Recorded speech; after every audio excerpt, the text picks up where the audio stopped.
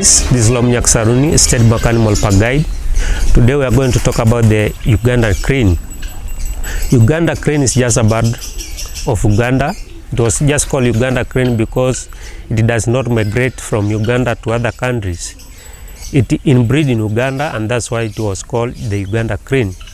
You find the Uganda crane, we have two species, as you just can see here on my beside. This is the Uganda crane or the crested crane. There are two species of the Uganda crane. We have the East African Uganda crane and the Southern Uganda crane. The East African Uganda crane, they are found in 3 countries. They are found in Kenya, they are found in Uganda, and they are found in DRC Congo. The Southern Uganda crane are found in 2 countries. They are found in South Africa and they are found in Southern Angola. But you see now, the Uganda crane have a lot of characteristics. First, they are great dancers, but their dancing is just a way of seducing each other.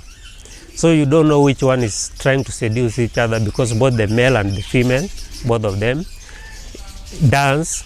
So even here we have just seen them dancing. Another characteristic of the Uganda crane, they stand in 1 meter feet because of one adaptation. The long standing 1 feet is just to help them walk into marsh areas, try to hunt some small fingerlings of fish, turtles, among other small amphibians. The Uganda cranes also possess an ability of migrating, flying from short distance, so they are not good flyers. Another characteristic of Uganda crane is that they are omnivorous. Omnivorous, it means that Uganda crane can eat both meat and vegetables, just like human being. But for the meat part, you find them most of the time they feed on small insects, small snakes, small fingerlings, among other small amphibians. The Uganda crane also, it is believed that anywhere that you find them, it means that that place there is a plenty of water. So that's why Nairobi, they are using it as the county sample bird, because as you can see, the shield of Nairobi County, they have the Uganda crane.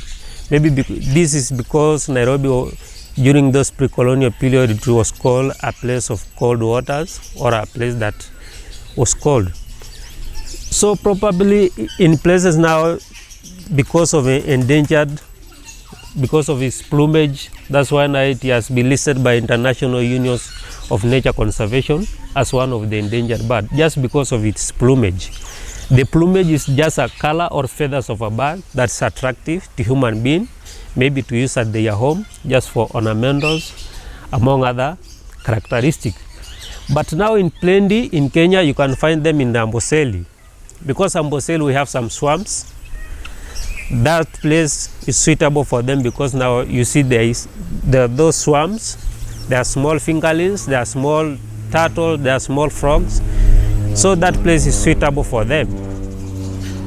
Also, you can also differentiate their eggs from the other one, because as you can see, their eggs they have a small bluish color, just like as you can see the top of this helmeted guinea-fowl. That's how their eggs look like. As you can see, that's how their eggs look like. That's how you can differentiate their eggs from other birds.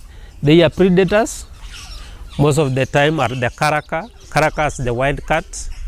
We have the wild dogs, as well as we have the human being. Because most of the vultures, I think they cannot predate against the Uganda crane because of its large size, so they can fight. So the most predators are the caraca, those are the wild cats, and the wild dogs. So by looking at it, it's just a social bird that can live with the others. As you can see, it is living with the chickens here, they are living with the vulturing guinea-fowl, they are living with the helmeted guinea-fowl, and also they can also live with the ostrich, they can live with the impalas. So it's just a social bird. So those are the characteristics of the Uganda crane.